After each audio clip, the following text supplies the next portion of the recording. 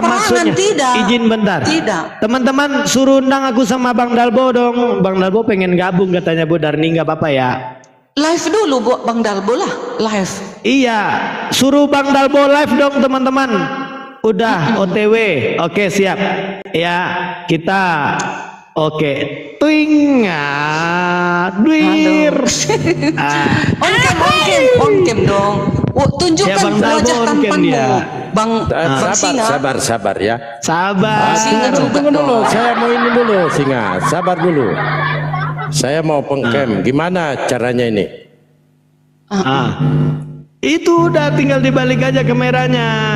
Terima dulu lah ini Bang Dalbo. Terima Bu Darni. Udah aku terima kok. Iya, silakan Bang Dalbo. Aku wasit ya. Tunggu Capek dulu, aku mau saya minum cari dulu bikin kopi. pengcamnya ini. Tunggu. Saya cari dulu. Gambar Bang Singa. Iya, Bang ini Singa ada. juga mana? Ada. On cam.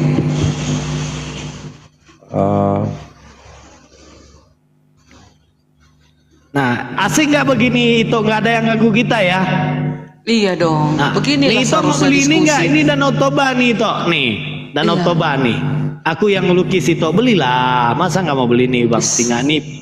Pesanan orang nih. Tuh namanya Abdil. Nih, ini singa Allah. Gimana Danau caranya Toba, nih, ya. Singa? Klik titik 3 di bawah sebelah kanan. Oke. Balikkan putar kamera. Oke.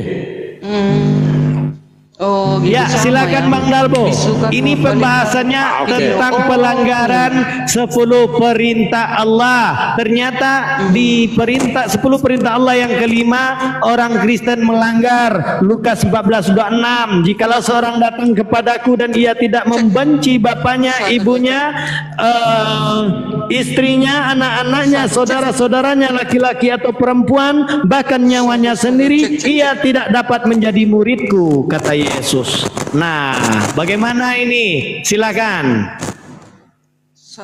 Loh, mana suara? Silakan. Cek. Aduh, miku pun udah kenapa rusak? Apa sih? Dia Bu Darni sudah full menjadi murid Yesus Bang Dalbo. Jadi aku bertanya, apakah sudah membenci orang tua? Silakan Bang Dalbo. Gak ada tuh dibilang seperti itu. Iya, Ya, itu silakan. Lukas 14:26. Kan udah ditulis di dalam hukum ke-10.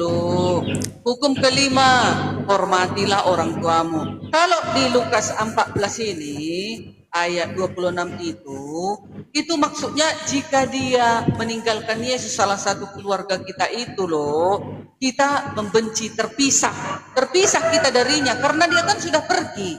Ibaratnya Suaranya juga kecil di ini. Islam. Itu makanya Enggak, ini bukan masalah masuk agama lain itu. Cek. Iya. Cek.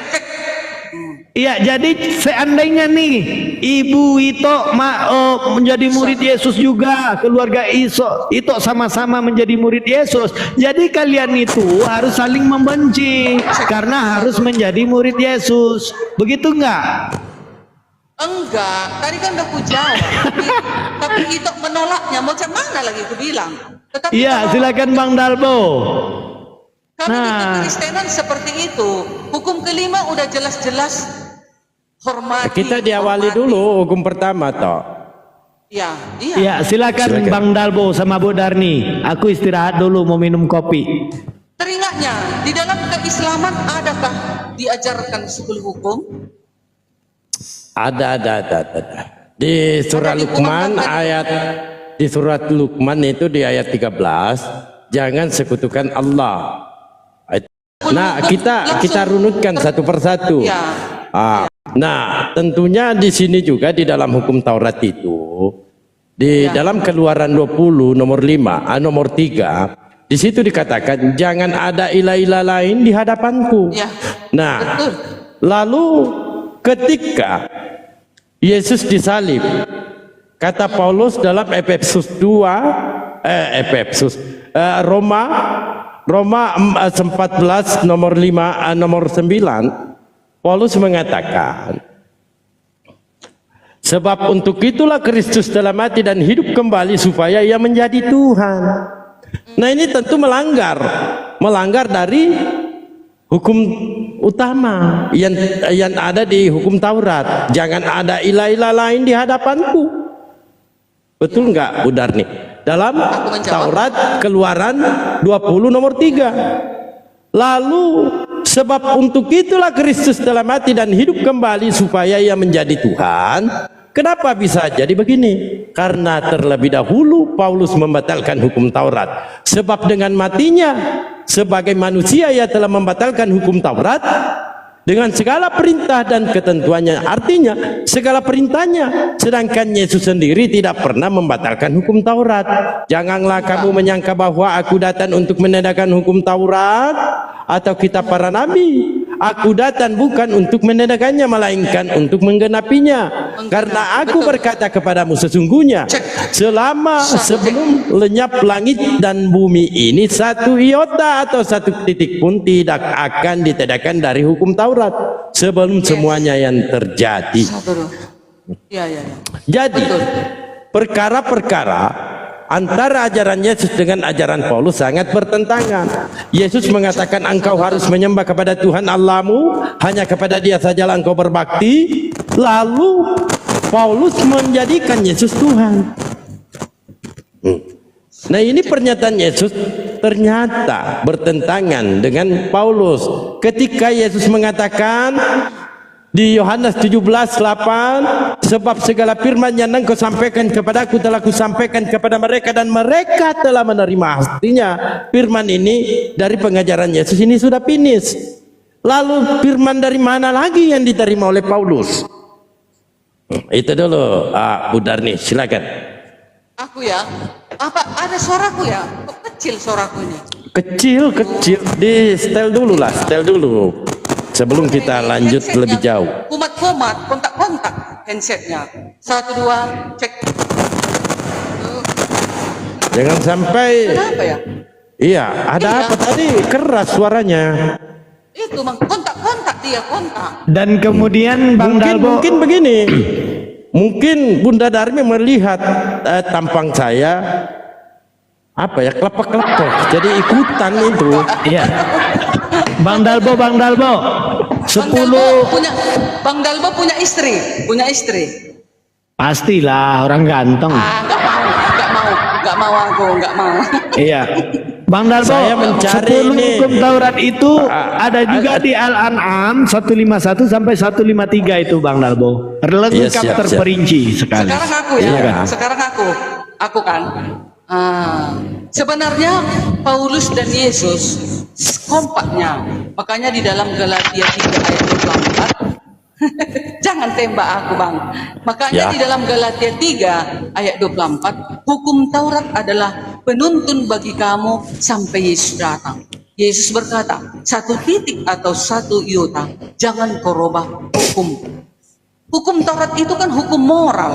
Itu yang diturunkan Allah kepada kita, seluruh umat manusia, agar kita patuhi. Jadi jangan kita sombong, Advent, Islam, HKBP, Katolik, jangan. Jadi nanti kalau Yesus datang, kalau datang hakim yang adil itu, yang ditanya bukan agama, tetapi yang ditanya, yang mana yang setia kepada hukum-hukumku. Hai, disinilah engkau anak-anakku di sebelah kanan. Domba-domba lah itu di sebelah kanan lah kita nanti semua. Kita ku bilang nggak boleh. Ku bilang hanya orang Kristen nggak boleh. Kita, karena nama-nama agama itu manusia yang buat. Terus agama itu sesuaikah dengan 10 hukum? Kalau sesuai, itulah umat-umatnya. Bayangkan kita semua manusia dibuat Tuhan 10 hukum itu agar kita jangan membunuh, jangan mencuri, jangan berzina, menguduskan hari Sabat, jangan menyembah berhala, jangan menyembah patung, jangan menyembah Allah lain selain Allah Abraham, Ishak dan Yakub. Itu loh sebenarnya. Jadi kita seluruh umat manusia ini harus saling berdamai. Jikapun kita begini diskusi, ya lain kali kita perubahilah. Kalau ada perdiskusian kita kemarin ke aku Bu Darni, ada yang salah-salah, tolong dimaafkan. Karena namanya juga kita dimasuki setan ya kan. Datang setan untuk menggoda-goda kita, menghujat agama orang lain. Sebenarnya nggak boleh. Kalau kita nanti kalau Yesus datang, Tuhan itu datang menghakimi, nggak dipanggil nama agama kita, ya kan Bang Dalbo? Nggak dipanggil sesuai. Nanti kan kita punya catatan buku kehidupan. Apakah si Darni ini menuruti hukum-hukumku? Entah pembunuhnya si Darni ini, entah berzinahnya si Darni ini. Izin bentar Bu Darni, ini Oke, urgent soalnya. Saudara-saudaraku yang terkasih, silakan tap-tap layar semuanya. Kita galakkan Bu Darni yang seksi Mbak Henol. Nah, melehoi, silakan. Going. Jangan kalahkan aku. Kasihannya aku yang janda ini. Aku nggak mau Ini berarti bermusuhan, janda loh. piran ini. Ya kita cari satu itu, undang teman Kristen itu satu lagi dong, biar 2 lawan 2. Nggak apa-apa lah, nanti bising. Udahlah, kita kan udah ada. Oke, Kita oh, di sini iya, iya. hanya berbicara Lanjut. santai aja. Iya, santai aja. Kita Perkara saling perkara tukar keimanan pendapat. tidak bisa diganggu gugat. Kita di sini hanya diskusi Betul. santai. Kalau di Islam la ikra fidin, tidak ada paksaan. Iya, Bang. Ya, tapi Sama, Bang. begini Kristen juga. toh. Oh, pirangnya ini luar biasa ini pirangnya ini. Iya, memang beda. Mencet ini aja 300.000, ngechat Weh. aja 300. Pantesan ini si singa ini kelepek-kelepek dia. Jadi dia pernah ku chat kan itu, ku beli contoh ibaratnya Wela, harganya 125. Kita chat aja seperti ini, enggak sama. Ternyata salon itu ada khusus untuk membuat dia terang. Makanya agak mahal gitu. Kuda yang mana yang kau senangi? Jangan nyanyi. Gitu. Ya lanjut tadi narasinya atau saya mau bantah dulu. Gimana? Nah, enggak, aku lanjutkan ya. Jadi, Oke. Paulus dan Yesus tetap setia kepada hukum. Makanya sekarang ini di mana keberadaan 10 hukum? Di bait suci kerajaan surga terpampang dia di sana. Itu tercatat, itu yang melihat itu Yohanes di Pulau Patmos. Dia diperlihatkan Allah bagaimana gambaran surga itu. Ya, Wahyu 11 ayat 19. Sekarang ternyata terpampang di kerajaan surga di bait suci 10 hukum. Jadi 10 hukum itu, teman-teman, Bang Dalbo, Bang Singa, gak boleh itu kita rubah-rubah. Kita harus setia kepada hukum itu. Karena itulah landasan pemerintahan Allah kita. Ya, gitu ya. Silahkan, Bang. Saya berikan dulu tepukan. Saya kata Bu Darwik tadi menyatakan bahwa ajaran Yesus dengan Paulus ini sejalan. Tetapi kalau kita melihat apa yang disampaikan Yesus, tentu tidak sejalan. Karena kata Yesus, engkau harus menyembah kepada Tuhan Allahmu, hanya kepada Dia sajalah engkau berbakti. Lalu Yesus juga menyatakan, ya, untuk dipercaya sebagai apa? Dalam Yohanes 14 ayat 1, kata Yesus, jangan gelisah hatimu, percayalah kepada Allah, percaya juga kepadaku. Nah, untuk mendapatkan hidup yang kekal ini, tentu kita harus percaya Yesus sebagai apa? Mari kita buka lagi dalam kesaksian Yesus tentang dirinya sendiri. Yohanes 5 ayat 19 sampai 47, di situ Yesus mengatakan, ya, saya mengambil poin, ya, Yohanes 5:24, aku berkata kepadamu, sesungguhnya barang siapa mendengarkan perkataanku dan percaya kepada Dia yang mengutus aku, yang mempunyai hidup yang kekal. Dan memang Yesus menerima perintah hidup yang kekal. Dalam Yohanes 12 50, di situ Yesus menyampaikan, ya. Dan aku tahu bahwa perintahnya itu adalah hidup yang kekal. Yohanes 17:3, inilah hidup yang kekal itu, bahwa mereka mengenal engkau satu-satunya Allah yang benar, dan mengenal Yesus Kristus yang telah engkau utus. Ini lagi-lagi Yesus mengaku utusan. Lalu Paulus membatalkan hukum Taurat. Apa otoritas Paulus ini membatalkan hukum Taurat? Dalam Efesus 2:15, sebab dengan matinya sebagai manusia yang telah membatalkan hukum Taurat dengan segala perintah dan ketentuannya. Nah, kenapa bisa begitu? 1 Korintus 9 nomor 20, demikianlah bagi orang Yahudi aku menjadi seperti orang Yahudi, supaya aku menangkap orang Yahudi. Bagi orang yang hidup di bawah hukum Taurat, aku menjadi seperti orang yang hidup di bawah hukum Taurat, sekalipun aku sendiri tidak hidup di bawah hukum Taurat, supaya aku dapat memenangkan mereka yang hidup di bawah hukum Taurat.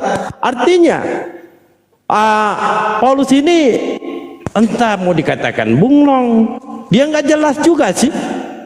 Tetapi poinnya di sini antara hukum Taurat, Yesus tidak pernah membatalkan hukum Taurat. Makanya Yesus mengatakan di dalam Matius 5:20, maka aku berkata kepadamu, jikalau hidup keagamaanmu tidak lebih besar daripada hidup keagamaan ahli Taurat dan orang-orang Farisi, sesungguhnya kamu tidak akan masuk dalam kerajaan sorga. Siapa ke orang Farisi? Paulus, Kisah Para Rasul 23 nomor 6. Nah, apa sih alasan Paulus membatalkan hukum Taurat? Supaya Yesus menjadi Tuhan dan disembah oleh kawan-kawan Kristen. Roma 14 nomor 9, sebab untuk itulah Kristus telah mati dan hidup kembali supaya ia menjadi Tuhan. Padahal Yesus sendiri mengatakan di hukum Taurat mengatakan jangan ada ilah-ilah lain di hadapanku.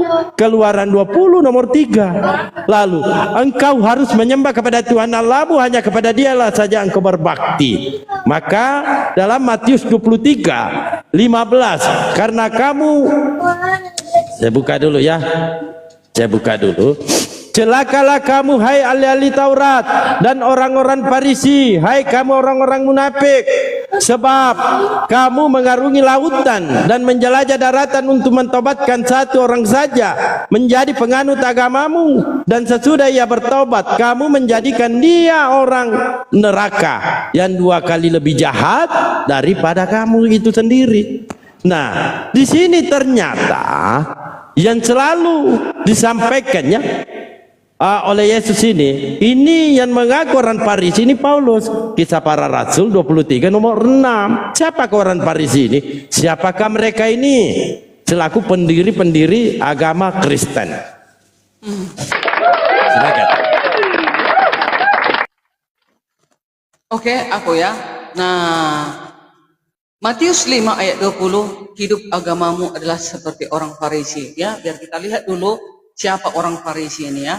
Orang Farisi adalah sekelompok orang Yahudi yang sangat taat kepada hukum Taurat dan tradisi agama Yahudi. Mereka percaya bahwa dengan mentaati keduanya, mereka akan mendapatkan keselamatan. Karena mereka sangat paham agama, banyak kaum Farisi juga menjadi pengajar-pengajaran hukum Taurat.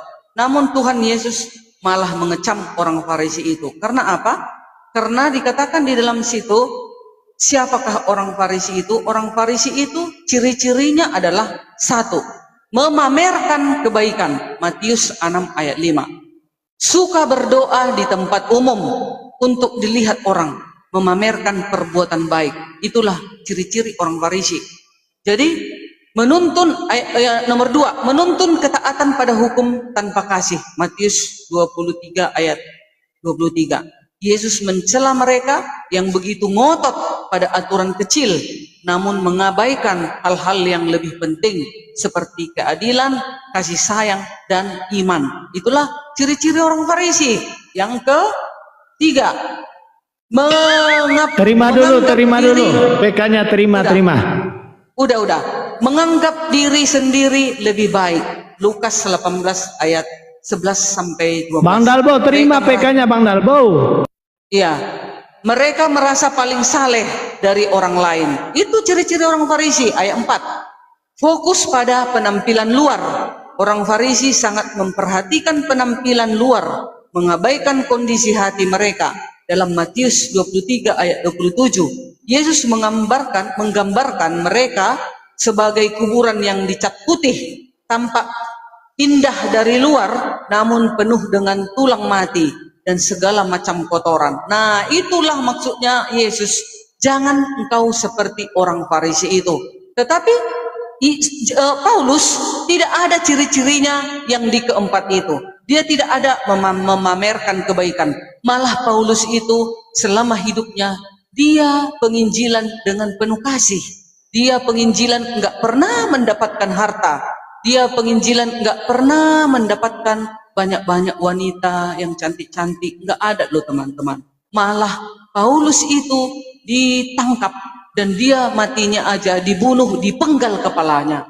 Luar biasa, menyedihkan. Aku bangga sekali menjadi umat Paulus karena dia selama hidupnya menguduskan dirinya dan menjauhkan kenajisan dari dirinya. Itulah maksudnya. Kenapa dikatakan Yesus jangan kau seperti orang Farisi? Karena tadi sudah dikatakan ciri-ciri orang Farisi itu seperti tadi ya, memamerkan kebaikan, menuntut taat pada hukum tanpa kasih. Nah, itulah contohnya sifat-sifat orang Farisi. Makanya Yesus mengatakan jangan kau seperti orang Farisi itu. Nah, tetapi ajaran Yesus tidak seperti itu. Malah Paulus itu Waktu habis. Gantian. mengandalkan Silakan Bang kebaikan. Dalmo Nah, itu ditanggapi. dia, silakan. Berapa menit Bang Singa? Iya, kira-kira udah lama. Ya, gantian aja. Bang Dalmo tadi banyak, aku tadi sedikit udah Ya, terus silakan lanjut habis. aja dulu, biarkan. Ya, lanjutkan aja Aku dulu. Silakan. Janganlah Baru lama-lama. itu. Nah, Efesus 2 ayat 15 dikatakan tadi di sana, itu hukum Taurat dan Yesus dipersatukan menjadi satu, yaitu hukum kasih. Jadi di dalam Efesus 2 ayat 15 maksudnya di situ dipersatukan di dalam kasih. Makanya dikatakan di dalam ayat 15, sebab dengan matinya Yesus sebagai manusia, ia telah membatalkan hukum Taurat dengan segala perintah dan ketentuannya. Lanjut, untuk menciptakan keduanya menjadi satu manusia baru di dalam dirinya, dan dengan itu mengadakan damai sejahtera. Nah, dipersatukanlah hukum Taurat ini dan Yesus di dalam kasih dan mengadakan damai sejahtera. Makanya dikatakan Paulus, hukum Taurat ini penuntun bagi kamu sampai Yesus datang. Makanya umat-umat Yesus, pengikut-pengikut Yesus, yaitu Kristen, semuanya itu harus setia kepada hukum Taurat, supaya tidak ada penghukuman atas kami. Gak mungkin kami pengikut Yesus tapi kami pembunuh, penjinah, penyembah berhala, apalagi tidak menguduskan hari Sabat, mencuri. Dan Udah kecapean Bu Darni, Bang Dalbo, silakan ditanggapi. Teman-teman, ayo bantu tap-tap layarnya, support saudara-saudara kita ya, dalam berdakwah ya. Mudah-mudahan sebentar lagi rambut Bu Darni berubah menjadi hitam, tidak seperti ini lagi ya teman-teman. Tap-tap layar yang kenceng, ayo monggo. Terima kasih. Lanjut. Baik. Ya, di sini jelas ya bahwa Yesus di muka bumi ini dia memperkenalkan Tuhan, memerintahkan untuk menyembah kepada Tuhan, bukan dijadikan Tuhan. Siapa yang menjadikan Yesus Tuhan?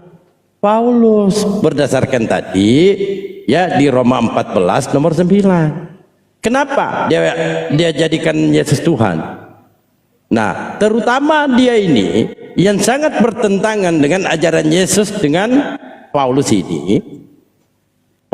Yesus mengatakan, karena aku berkata kepadamu sesungguhnya selama belum lenyap langit dan bumi ini satu iota atau satu titik pun tidak akan ditadakan dari hukum Taurat sebelum semuanya terjadi. Tetapi Paulus membatalkan, sebab dengan matinya sebagai manusia ia telah membatalkan hukum Taurat dengan segala perintah dan ketentuannya.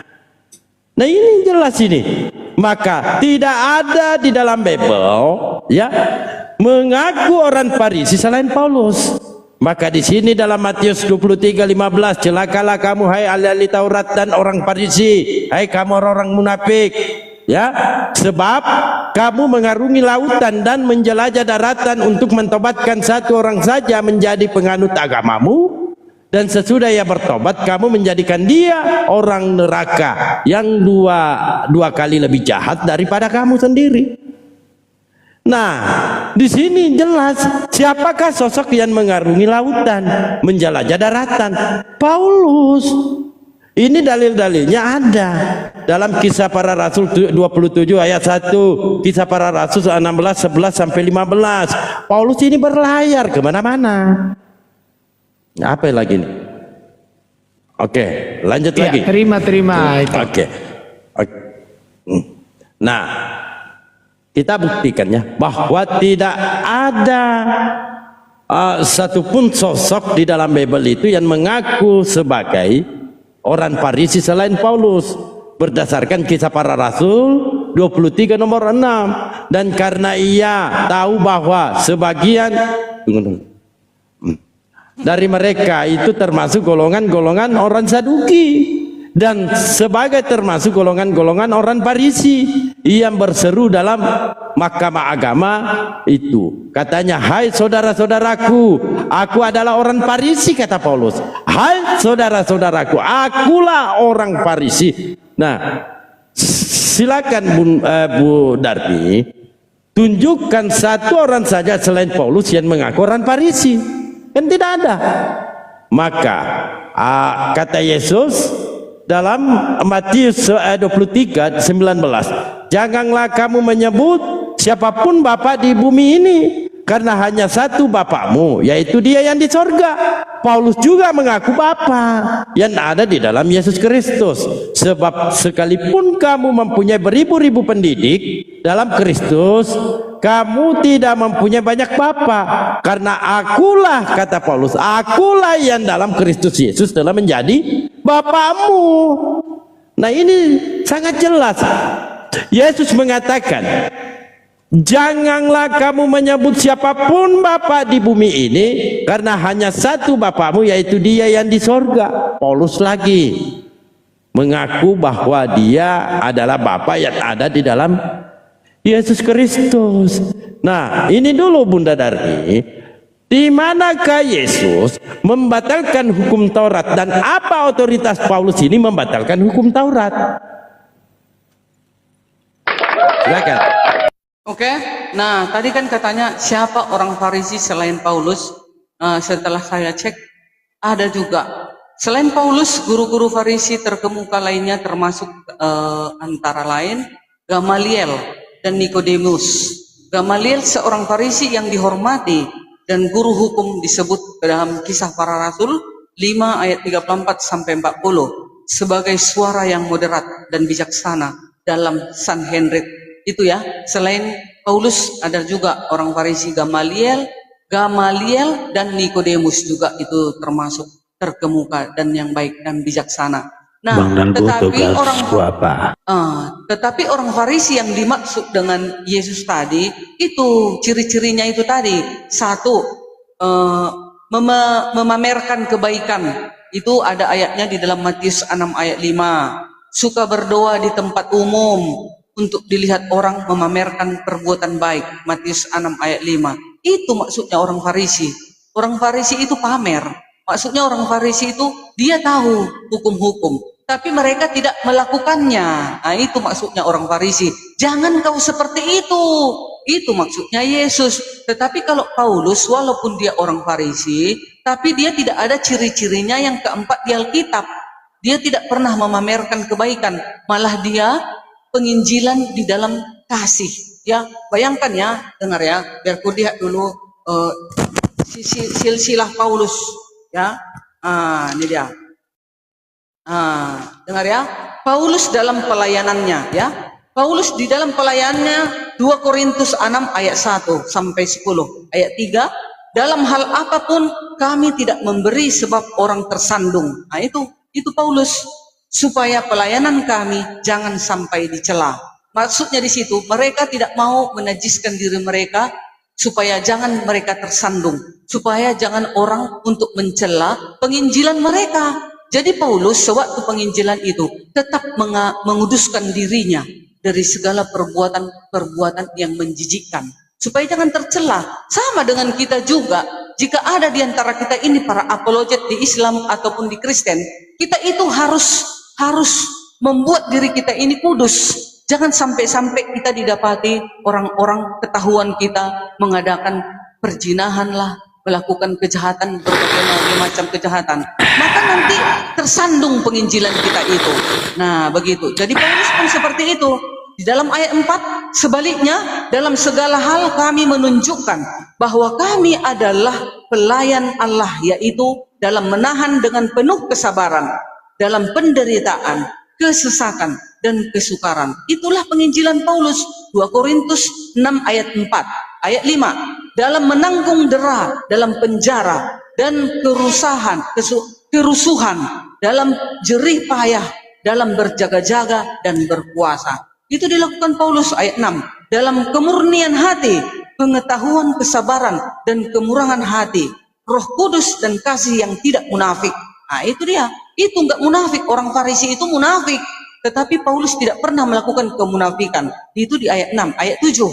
2 Korintus 6 ayat 7. Dalam pemberitaan kebenaran dan kekuasaan Allah dengan menggunakan senjata-senjata keadilan untuk menyerang ataupun untuk membela. Itulah yang dilakukan Paulus selama hidupnya. Ayat 8, ketika dihormati dan ketika dihina, ketika diumpat atau ketika dipuji, ketika dianggap sebagai penipu, namun dipercayai. Ayat terakhir, ayat 9, sebagai orang yang tidak dikenal, namun terkenal, sebagai orang yang nyaris mati, dan sesungguh kami pun hidup, sebagai orang yang dihajar, namun tidak mati. Nah, makanya dulu Paulus ini kan disembunyikan jemaat-jemaatnya. Banyak yang menyaksikan waktu tentara Romawi mengejar dia karena mereka tidak menginginkan keberadaan Paulus. Dia juga tersiksa pada saat itu loh. Nah, jadi teman-teman jangan mengatakan yang lain yang kami ajarkan kekristenan tentang Paulus. Paulus itu di dalam pelayannya menguduskan hidupnya dan dirinya. Begitu ya, Bang Dalbo. Nah, itu Ya, terima kasih Bu Darni. Telah curhat. Silakan Bang Dalbo. Ya, silakan. Baik. Ini sepertinya menarik. Tunggu dulu, belum ini terima dulu persetujuan ini ya. Ini informasi yang dari TikToknya. Terima. Nah, begitu dong. apa itu? Aku apa? Ya, lanjut aja dulu, lanjut. Oke. Baik. Kan saya katakan di mana Yesus membatalkan hukum Taurat, kan belum Tidak ada. Tidak ada. Nah, siapakah sosok yang membatalkan hukum Taurat? Ternyata Paulus di Efesus 2:15. Nah, kita melihat kemunafikannya. Di mana dia? Ini 1 Korintus 9:20. Demikianlah bagi orang Yahudi aku menjadi seperti orang Yahudi, supaya aku memenangkan orang-orang Yahudi. Bagi orang-orang yang hidup di bawah hukum Taurat, aku menjadi seperti orang yang hidup di bawah hukum Taurat. Sekalipun aku, kata Paulus, sendiri tidak hidup di bawah hukum Taurat, supaya aku dapat memenangkan mereka yang hidup di bawah hukum Taurat. Ini salah satu kemunafikan ya. Dalam bahasa sambil munafik dia juga bunglong. Nah, di sini belum Bu Darni sampaikan ya bahwa di dalam Efesus 2:15 di sini jelas siap Paulus membatalkan hukum Taurat.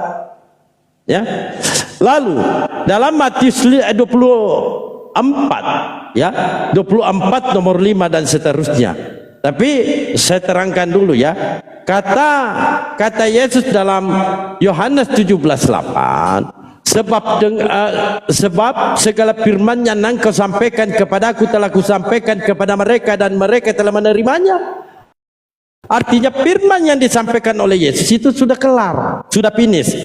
Nah, Paulus ini siapa sosok yang datang kepada Paulus? Karena Yesus berkata, sebab banyak orang yang akan datang dengan memakai namaku dan berkata, akulah Mesias, dan mereka akan menyesatkan banyak orang.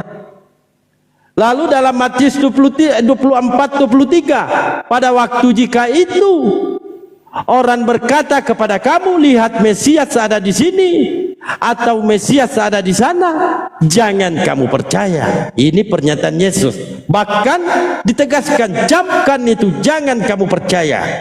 Kalau ada yang mengaku-ngaku bertemu dengan Mesias atau berjumpa dengan Yesus. Nah, sosok dari mana yang berjumpa di padang pasir Paulus ini?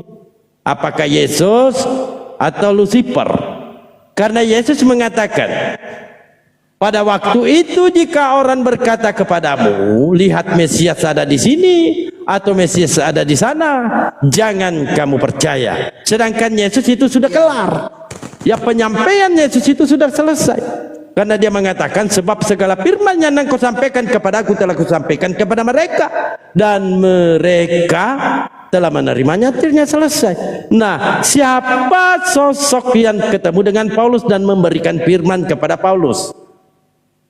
Silakan. Oke, baiklah. Itu yang mendatangi Paulus itu adalah Yesus melalui cahaya. Kembali kita melihat data, ya. Karena kalau tidak ada data, kita nggak boleh banyak bicara, ya. Kalau saya berbicara ada datanya. Kisah pertobatan Paulus, Kisah Para Rasul 9 ayat 1 sampai 19. Di dalam ayat 2 dikatakan, ayat 3, dalam perjalanannya ke Damsik. Tadinya Paulus ini kan mau menghajar umat-umat Yesus, ya. Dia mau menganiaya umat-umat Yesus. Tetapi dia didatangi oleh siapa? Oleh Yesus melalui cahayanya. Nah, ia rebah ke tanah dan kedengaranlah olehnya suatu suara yang berkata kepadanya, ini kedatangan Mesias bukan secara global, ya. Maksud Yesus itu, kalau ada yang mengatakan Mesias datang di sana, Mesias datang di sini, jangan kau percaya. Itu maksudnya kedatangannya kalau global, menyeluruh. Ini secara pribadi. Jadi kalau secara pribadi, Yesus masih menuntun seluruh umatnya. Karena Yesus masih mencintai kita. Nah, Paulus itu adalah manusia yang paling jahat sewaktu dia belum menerima Yesus. Nah, tetapi Yesus memilih dia. Nah, makanya dikatakan di dalam ayat 4, ia rebah ke tanah dan kedengaranlah olehnya suatu suara yang berkata kepadanya, Saulus, Saulus, mengapa engkau menganiaya aku? Gak pernah Saulus menganiaya Yesus. Maksudnya di situ murid-muridnya, umat-umatnya. Kalau kita menganiaya umat-umat, berarti kita sama sekali menganiaya siapa? Tuhan itu sendiri. Itu dia. Begitu. Ayat 5. Jawab Saulus, siapakah engkau Tuhan? Siapakah engkau Tuhan? Katanya, akulah Yesus yang kau aniaya itu. Tetapi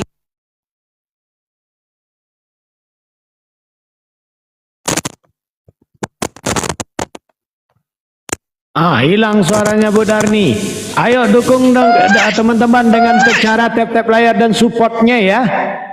Silakan semuanya tap-tap layar ya. Silakan. Bu Darni, hilang suaramu Bu. Cek. Grogi dia, Bu Darmi grogi. Melihat Bukan, saya grogi, baterai jangan songkar. biasa-biasa aja. Bukan, Aku padamu. mati. Iya, baterai soundcardku tiba-tiba mati, udah kucas ya. Sekarang lanjut. Nah, ayat 6, tetapi bangunlah dan pergilah ke kota. Di sana ada dikatakan kepadamu apa yang harus kau perbuat. Maka Yesus mengutus siapa? Ananias. Ada saksinya. Ada Ananias. Ananias telah datang menumpangkan tangannya karena Yesus yang menyuruh. Ya, lalu Yesus itu menyuruh Ananias karena Paulus itu buta matanya sewaktu dia melihat cahaya Yesus itu.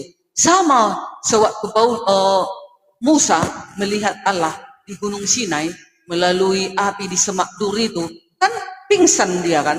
Tak bisa orang melihatnya. Begitu juga dengan Paulus. Dia tidak bisa melihat 3 hari dan tidak bisa makan 3 hari. Tetapi karena Yesus memilih Paulus, lalu dia mengutus Ananias. Ada saksinya dong. Ada saksinya si Ananias. Lalu si Ananias menyembuhkan. Lalu Ananias membaptiskan Paulus. Lalu Paulus juga menjadi penginjil handal pada saat itu. Dan dia ayat 21, semua orang yang mendengar hal itu heran dan berkata, Bukankah dia ini yang di Yerusalem mau membinasakan barang siapa yang memanggil nama Yesus?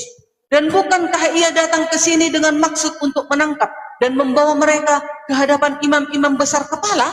Nah, mereka juga pada saat itu gak nyangka si Paulus itu bisa menjadi penginjil. Begitu. Lalu di ayat 30, akan tetapi singkat cerita ya, akan tetapi setelah hal itu diketahui oleh saudara-saudara anggota jemaat, mereka membawa dia ke Kaisarea dan dari situ membantu dia ke Tarsus. Nah, banyak orang menolong Paulus pada saat itu, sewaktu tentara Roma juga mau mengejar Paulus. Ya, jemaat-jemaatnya pada saat itu bertambah banyak. Ayat 31, selama beberapa waktu jemaat di seluruh Yudea, Galilea dan Samaria berada dalam keadaan damai sejahtera. Jemaat itu dibangun dan hidup dalam takut dan akan Tuhan. Jumlah makin besar dan oleh pertolongan penghiburan Roh Kudus. Gitu ya. Itulah pengajaran Paulus. Nah, siapa? Nah, ini belum kujawab tadi. Siapa?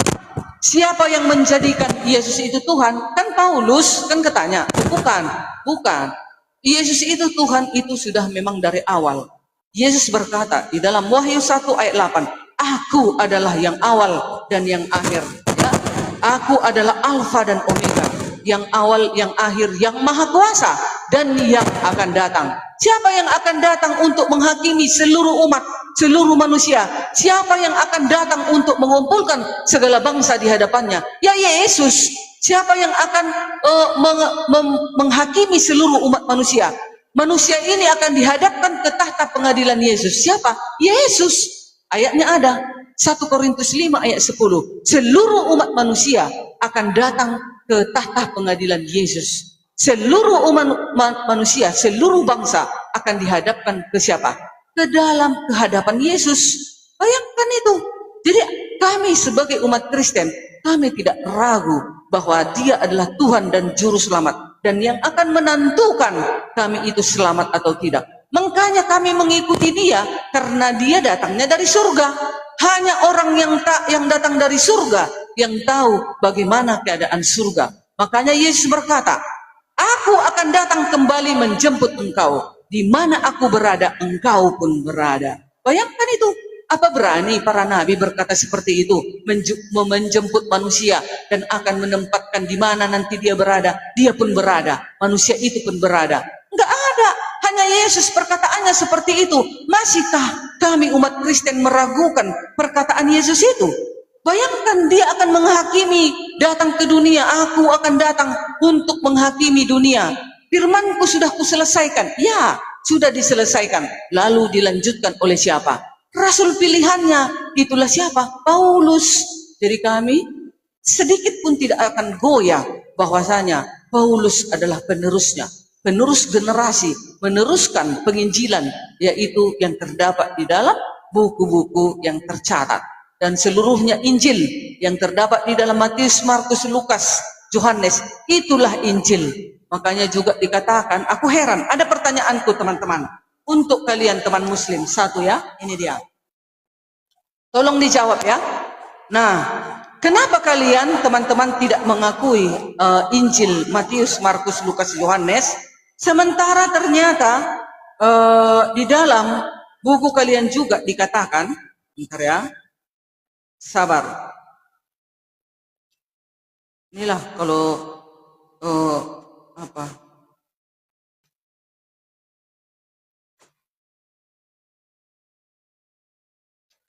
Oh hilang? Apa belum kucatat? Oh ini dia. Tercatat di dalam Quran surat Maryam ayat 30. Dan Isa berkata, sesungguhnya aku hamba Allah. Dia memberiku kitab Injil. Dan dia menjadikan aku seorang nabi. Aku mau bertanya, di mana kitab Injil Isa Al-Masih itu? Kalau kami mengaku bahwasanya kitab Injil Isa itu, kitab Injil Yesus itu adalah di dalam Matius, Markus, Lukas, Yohanes. Di sanalah Injil, kabar baik tentang kelahiran, kematian, penderitaannya, penyalipannya, mati dan hidup kembali, dan tentang kerajaan surga. kitab Injil itulah ada tertulis. Sekarang di mana kitab Injil yang diberikan kepada Isa itu? Manakah sekarang? Nah, silakan jawab ya. Ya, sebelum kami jawab itu. Nah, di sini Yesus mengatakan sebab banyak orang akan datang memakai namaku dan berkata akulah Mesias dan mereka akan menyesatkan banyak orang. Lalu di sini berkali-kali Yesus menyampaikan pada waktu itu jika orang berkata kepadamu lihat Mesias ada di sini atau Mesias ada di sana, jangan kamu percaya. Yang mana yang kita harus mau percaya, Paulus atau Yesus? Ini semua dicamkan oleh Yesus ya. Sebab Mesias palsu dan nabi-nabi palsu akan muncul dan mereka akan mengadakan tanda-tanda yang dahsyat dan mujizat-mujizat. Sehingga sekiranya mungkin mereka menyesatkan orang-orang pilihan juga. Camkanlah itu. Aku sudah mengatakannya terlebih dahulu kepadamu. Jadi apabila orang berkata kepadamu lihat ia ada di padang gurun, janganlah kamu pergi ke situ, atau lihat ia dalam bilik, janganlah kamu percaya. Nah, mari kita lihat bahwa Paulus ini berada di padang gurun. Galatia 1 nomor 17. Sedangkan pertemuan pengakuan Paulus ini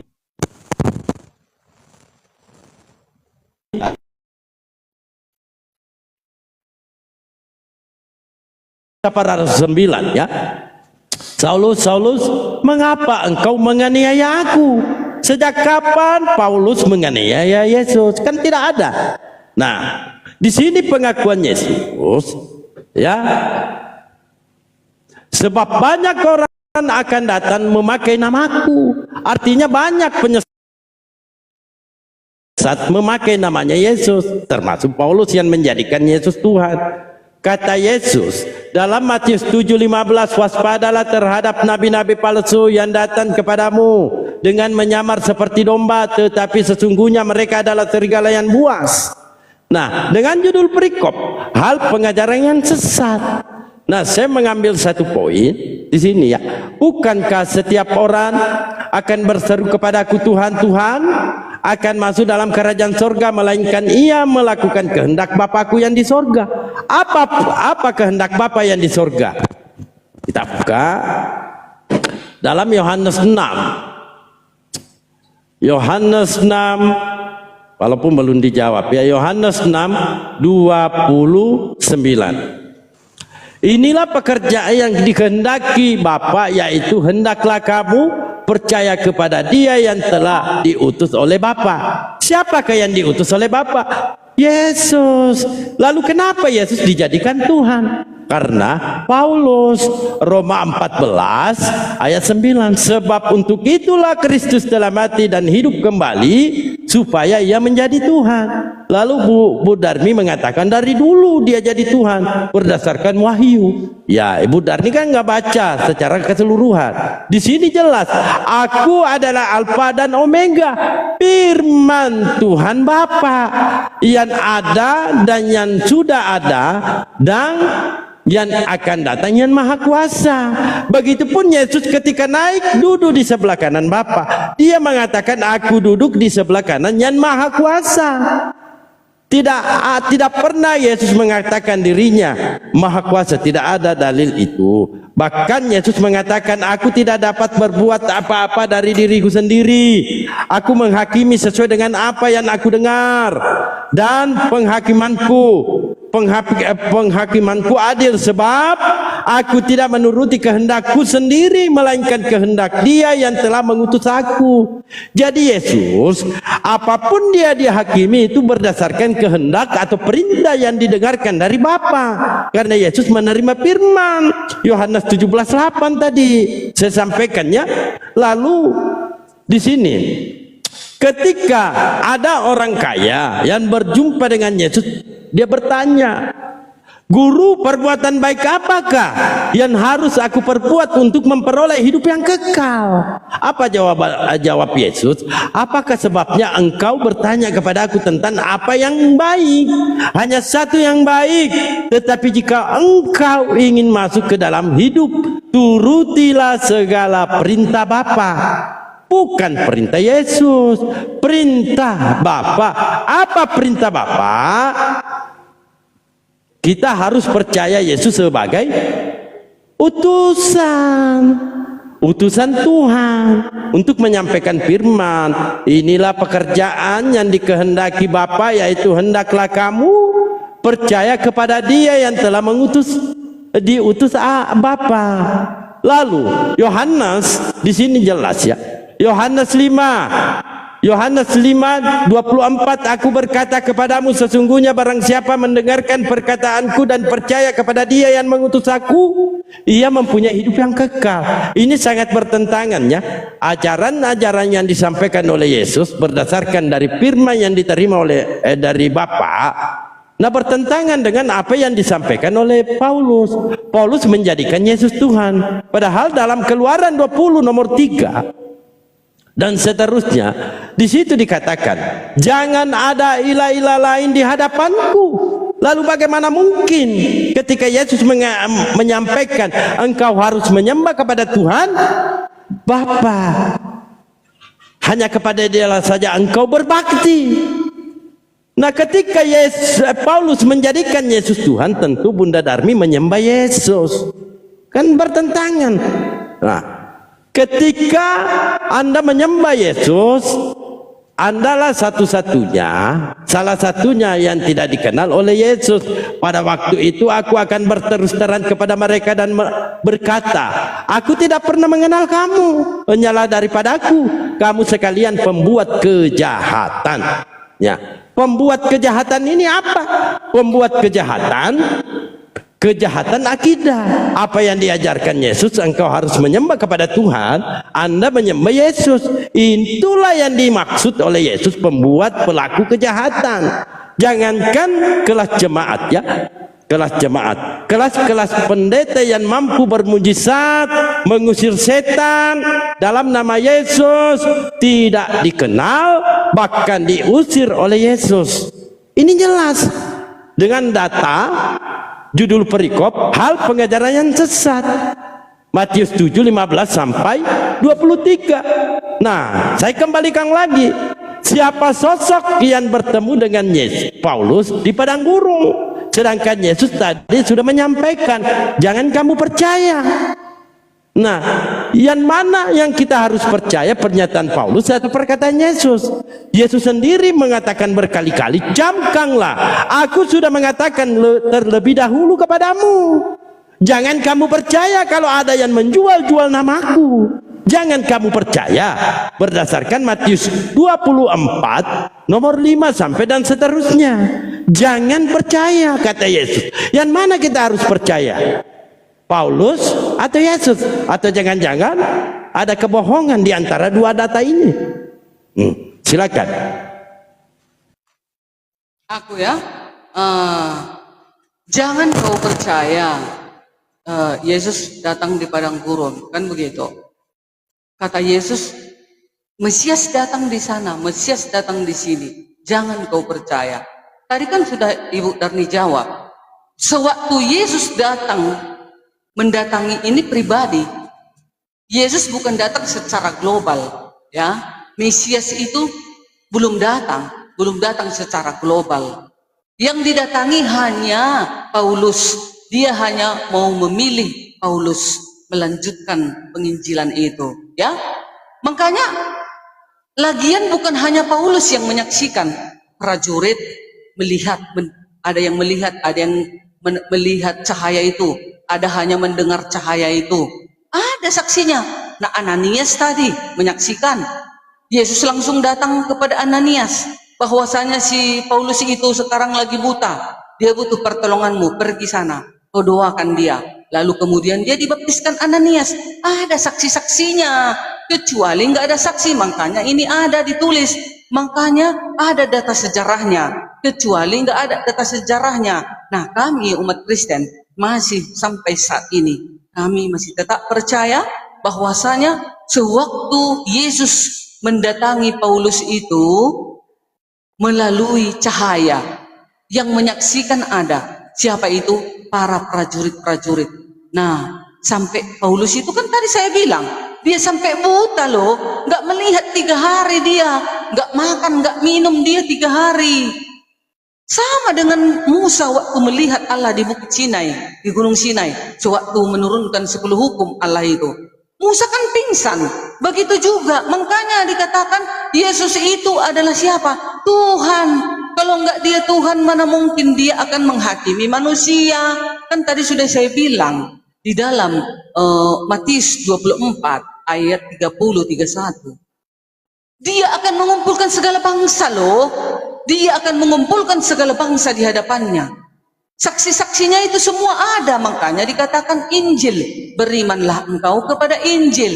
Injil itu menceritakan tentang kabar baik. Makanya itu tadi belum Bang Dalbo jawab, mana kitab Injil yang diberikan kepada Isa Al-Masih tadi? Belum ada kan jawabannya.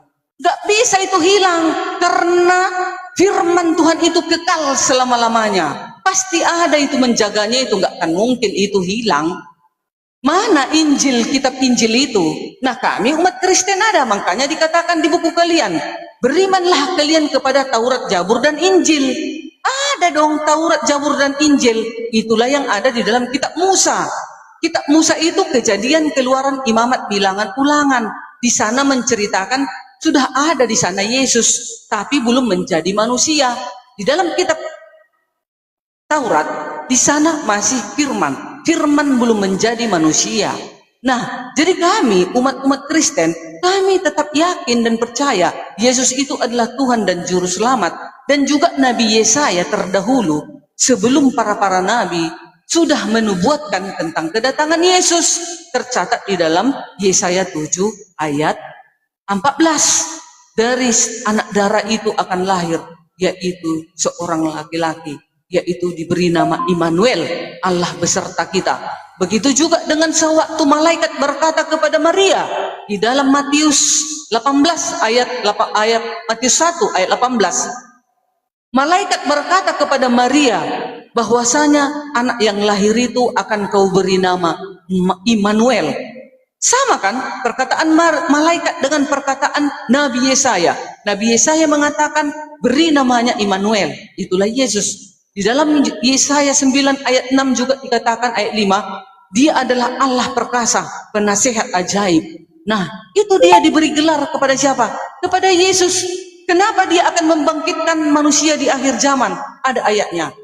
Di dalam Yohanes 6 ayat 40. Sebab inilah kehendak Bapakku, yaitu supaya setiap orang yang melihat anak itu Yesus, dan yang percaya kepadanya beroleh hidup yang kekal. Mana ada dibilang setiap orang yang percaya kepada Nabi beroleh hidup yang kekal? Enggak ada.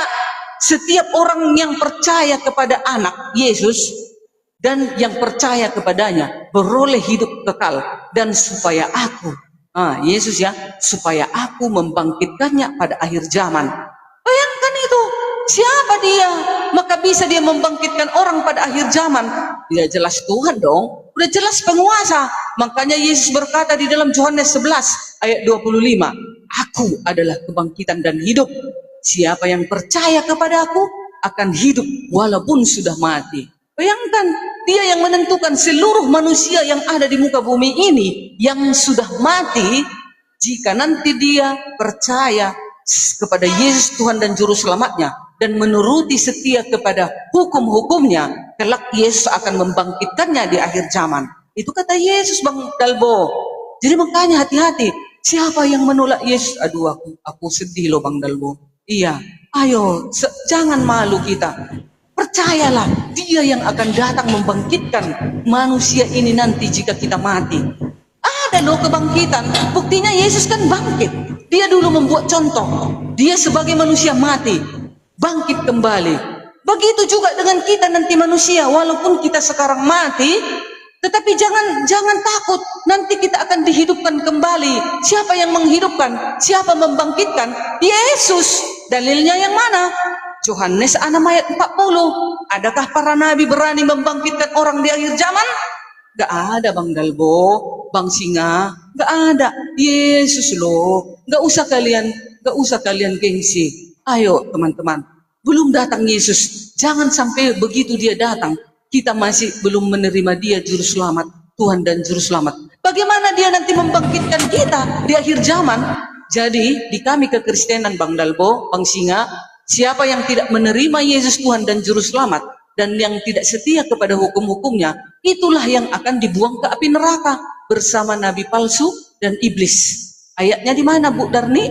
Wahyu 20 ayat 10. Nabi palsu itu akan dibuang ke dalam api yang menyala-nyala bersama iblis dan pengikutnya. Ah, itu teman-teman. Sudah? Silakan. Siap. Nah, kenapa sih Bunda Darmi ini nggak mau jawab siapa sosok yang berjumpa Paulus di padang gurun? Yesus. Padahal makanya kalau Anda mengatakan dalam cahaya, Yesus, ya, Yesus. kalau Anda mengatakan bahwa dia adalah Yesus, yang mana harus kita percaya? Pernyataan Yesus atau Paulus? Karena Yesus di sini menyatakan, waspadalah supaya jangan ada orang yang menyesatkan kamu, sebab banyak orang akan datang dengan memakai namaku dan berkata, akulah Mesias, dan mereka akan menyesatkan banyak orang. Ini terbukti yang bertemu Paulus ini penyesat yang ngaku-ngaku Mesias. Ini terbukti. Yesus memperkenalkan Tuhan, Anda menyembah Yesus. Ini sangat nyata. Yesus mengatakan engkau harus menyembah kepada Tuhan Allahmu, hanya kepada Dia sajalah engkau berbakti. Maka ini jelas pernyataan Yesus, waspadalah, waspadalah, waspadalah, supaya jangan ada orang yang menyesatkan kamu. Lalu dalam Matius 24:23, pada waktu itu jika orang berkata kepada kamu, lihat Mesias ada di sini atau Mesias ada di sana, jangan kamu percaya. Bahkan diulangi terus-menerus oleh Yesus. Camkan itu Bu Darmi, aku sudah mengatakan terlebih dahulu kepadamu, kata Yesus. Di sini jelas Yesus memberitakan, menyampaikan dengan tegas, camkan itu. Nah ini bukti kalian-kalian ini semua tersesat. Di mana kesesatannya? Ketika Yesus mengatakan, inilah hidup yang kekal itu, bahwa mereka mengenal engkau satu-satunya Tuhan yang benar dan mengenal Yesus Kristus yang telah engkau utus. Anda menolak itu, bahkan mendudukan Yesus itu sebagai Tuhan. Ini bertentangan. Siapakah sosok yang berjumpa kepada Paulus? Karena Yesus berkata, waspadalah supaya jangan ada orang akan menyesatkan kamu, sebab banyak orang akan datang dengan memakai namaku dan berkata, akulah Mesias, dan mereka akan menyesatkan banyak orang. Ini fakta. Anda tersesat dari ajaran-ajaran yang disampaikan oleh Yesus. Apa kata Yesus? Lagi-lagi saya sampaikannya, engkau harus menyembah kepada Tuhan. Itu pernyataan Yesus. Engkau harus menyembah kepada Tuhan, bukan menyembah kepada Yesus. Nah, saya ulangi lagi supaya lebih tegas. Ketika Yesus turun kedua kali, apa kata Yesus? Kata Yesus kepada mereka, aku berkata kepadamu, sesungguhnya pada waktu penciptaan kembali, apabila anak manusia bersemayam di takhta kemuliaannya, kamu yang telah mengikuti aku akan duduk juga di atas ke-12 takhta untuk menghakimi ke-12 suku Israel. Jadi 12 suku Israel yang dihakimi oleh Yesus sesuai penyampaian Yesus dalam Matius 19:28. Itu. Dan ketika Anda mengatakan Yesus membangkitkan, betul, Dia akan membangkitkan, siapapun bisa membangkitkan ketika itu semua dikehendaki oleh Tuhan alam semesta ini. Tidak ada mustahil mustahil yang tidak bisa terjadi kalau Tuhan semesta alam ini yang berkehendak. Nah, saya ulangi lagi, siapa sosok yang bertemu dengan Paulus sehingga kalian tersesat? Kenapa saya katakan kalian tersesat? Karena Yesus memperkenalkan Tuhan. Inilah hidup yang kekal itu. Inilah hidup yang kekal itu, bahwa mereka mengenal Engkau satu-satunya Tuhan yang benar, dan mengenal Yesus Kristus yang telah Engkau utus. Bahkan Yesus mempunyai kesaksian tentang dirinya sendiri. Aku berkata kepadamu, Budarmi, sesungguhnya barang siapa mendengarkan perkataanku dan percaya kepada Dia yang mengutus aku, yang mempunyai hidup yang kekal. Ini semua jabaran dari Yesus. Saya tidak mengambil apa yang disampaikan oleh Paulus. Poinnya di sini, antara ajaran Paulus dengan ajaran Yesus sangat bertentangan. Maka di sini jelas ya, apa yang disampaikan Yesus, kalian tersesat. Ya, dari berdasarkan ajaran-ajaran Paulus. Karena di sini dikatakan, waspadalah supaya jangan ada orang yang menyesatkan kamu. Sebab banyak orang akan datang dengan memakai namaku dan berkata, akulah Mesias, dan mereka akan menyesatkan banyak orang. Lalu siapa sosok yang bertemu dengan Paulus? Bahkan Paulus mengatakan, engkaukah itu Tuhan? Ini aneh ini. Aneh. Nah, sedangkan Yesus memberitakan, menyampaikan Tuhan itu Esa. Ketika orang Saduki bertanya kepada Yesus, Yesus, hukum manakah yang terutama? Apa jawaban Yesus? Hukum yang terutama, dengarlah hai orang Israel, Tuhan Allah kita, Tuhan itu Esa, tunggal. Lalu dari mana Yesus mengatakan engkau harus menyembah kepada aku? Tidak ada. Tidak ada Yesus itu mengatakan dirinya bahwa dia adalah Tuhan. Selalu Yesus sandingkan dengan Bapa.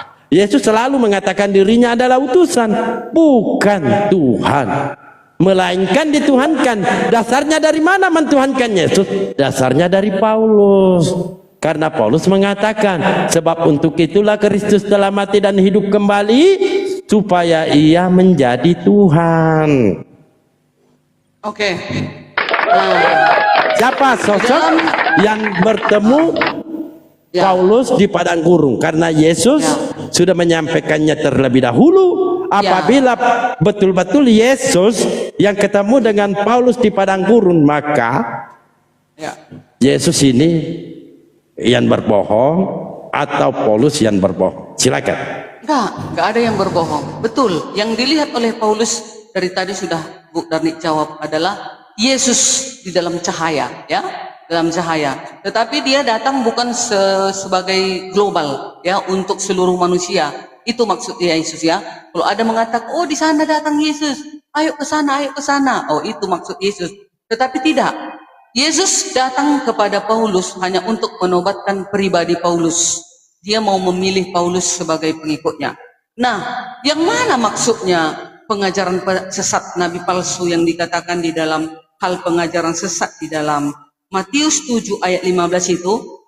Jawab mereka, jawab Yesus. Yesus menjawab mereka, kamu sesat, sebab kamu tidak mengerti kitab suci maupun kuasa Allah. Karena pada waktu kebangkitan, orang tidak kawin dan tidak dikawinkan, melainkan hidup seperti malaikat di surga. Nah, itulah yang dikatakan Yesus penyesat itu. Nabi penyesat itu yang mengatakan di surga kawin mengawinkan.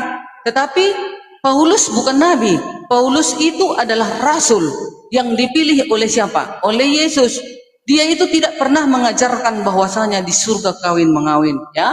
Karena Yesus sudah mengatakan di surga tidak ada kawin mengawinkan. Paulus tetap mengajarkan tentang kebenaran yang diajarkan oleh Yesus. Dan Paulus tidak ada sedikit pun bertentangan dengan Yesus. Paulus mengatakan, hukum Taurat penuntun bagi kamu sampai Yesus datang. Yesus juga mengatakan, 1.1 iota jangan kau rubah hukum. Karena di dalam hukum inilah cerminan kepada umat manusia, agar kita, bahwasanya kita adalah mengasihi Allah kita. Jika kita mengasihi Allah kita, kita tetap menuruti hukum-hukumnya, itulah 10 hukum. Engkau harus menyembah kepada Tuhan Allah yang Esa. Kami umat Kristen tetap menyembah Tuhan Allah yang Esa. Tetapi kami, yang mana itu dikatakan Tuhan Allah yang Esa? Yang Esa itu adalah siapa? Yahweh. Kenapa ada Yesus? Yesus itu adalah bahagian daripada Yahweh, firman Yahweh itu. Makanya dikatakan juga di dalam Al-Quran, kami wahyukan kepadamu Muhammad. Kami ini siapa? Kalau kami di dalam Alkitab ini, kami ini adalah Tritunggal, Trinitas.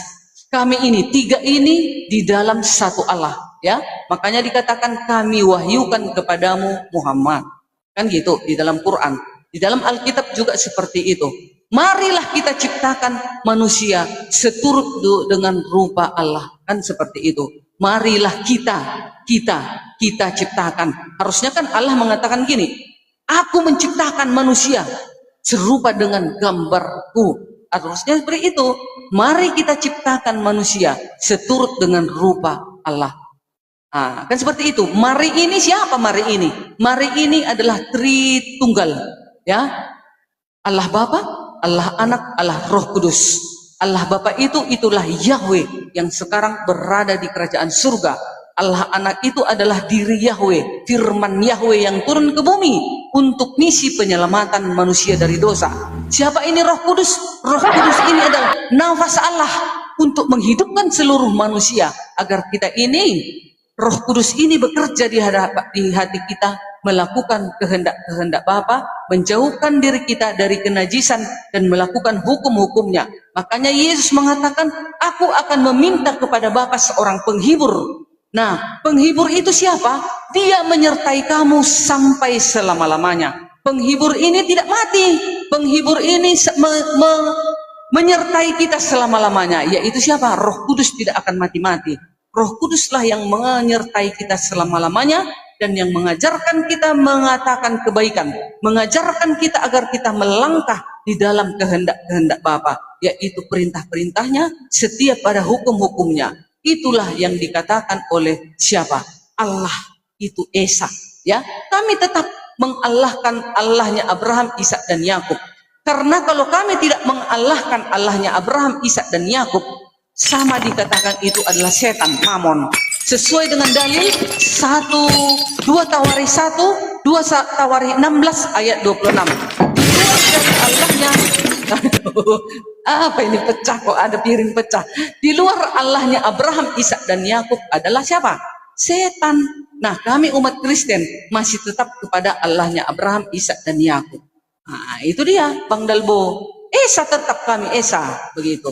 Hanya kalian aja kalau kalian mengatakan Paulus itu kalian katakan palsu, ya silahkan saja. Itu kembali kepada iman kita masing-masing. Inilah kegunaannya Anda. Woi, belum kiamat, jangan dulu hancur. Udahlah, karena sudah 5 kali ku dengar jawaban kita, sudah tepat dengan pengajaranku. Bang Dalbo juga tetap di dalam pengajaran Bang Dalbo. Ya silahkan saja. Itulah keimanan kami di dalam kekristenan, meluruskan. Kami tetap bangga kepada Rasul Paulus. Ya, silakan Bang Dalbo ditanggapi. Yesus. Oke lah. Awas piring pecah. Udah lapar aku. Bubar lah ya. Lah kenapa? Mau makan. Ya Bang, nggak apa-apa. Jangan dipaksa. Bu Darmini enak loh dialognya. Iya, nanti malam lagi ya kan. Oh ya, janjian kita ya. Tema, saya kasih tema ya, 2 arah. Konsep keselamatan Kristen dengan Islam. Iya. Tetap bertiga kita di PK ya. Tidak dikomal di PK ya. Panggil lagi satu Kristen yang bisa santai ya. Ada pendeta itu, nanti saya undang juga. Di sini konsepnya dipelajari mulai sekarang. Konsep keselamatan Kristen dan Islam. Oke, mantap. Artinya sesi pertama tidak ada pertanyaan. Silakan kita jabarkan berdasarkan keimanan kita masing-masing. Oh, nggak boleh bertanya ya? Nanti sesi kedua. Sesi pertama kita jabarkan ya. Oke. Kan begitu supaya teratur. Oke. Dan hari kedua, ini aku belajar. nanti ada ya. Belajar. Karena saya Putus-putus loh. Macet. Ya, sinyal beliau. Ini, Bu Darni, jam berapa biar ditentukan waktunya?